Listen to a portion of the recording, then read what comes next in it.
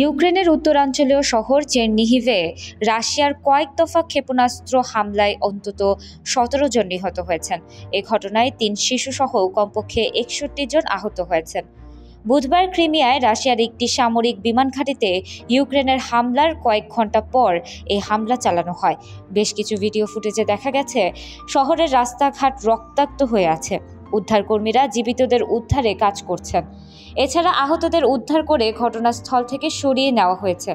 শহরের মেয়র ও কর্মকর্তারা জানিয়েছেন, শহরের কেন্দ্রস্থলে ৩টি ক্ষেপণাস্ত্র আঘাত এনেছে। ঘনবসতিপূর্ণ এলাকায় একটি ৮ তলা ভবনে সরাসরি ক্ষেপণাস্ত্র হামলা করা হয়। এই হামলায় ৩ শিশুসহ ৬১ জনের বেশি আহত হয়েছেন। কিয়েভের প্রেসিডেন্টের কার্যালয় জানিয়েছে, হামলায় ৫টি আবাসিক ভবন, একটি হাসপাতাল, কয়েক ডজন গাড়ি এবং একটি উচ্চ শিক্ষা প্রতিষ্ঠান ক্ষতিগ্রস্ত হয়েছে।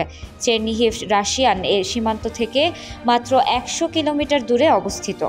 ২০২২ রাশিয়ার আক্রমণের শুরুতে চেরনিহিভ অঞ্চলের কিছু অংশ কয়েক সপ্তাহ ধরে দখল করে রেখেছিল রাশিয়া।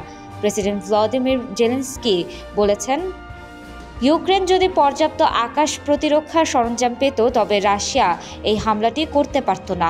এ সময় তিনি আরও সহায়তা দেওয়ার জন্য পশ্চিমা মিত্রদের কাছে আবেদন করেন।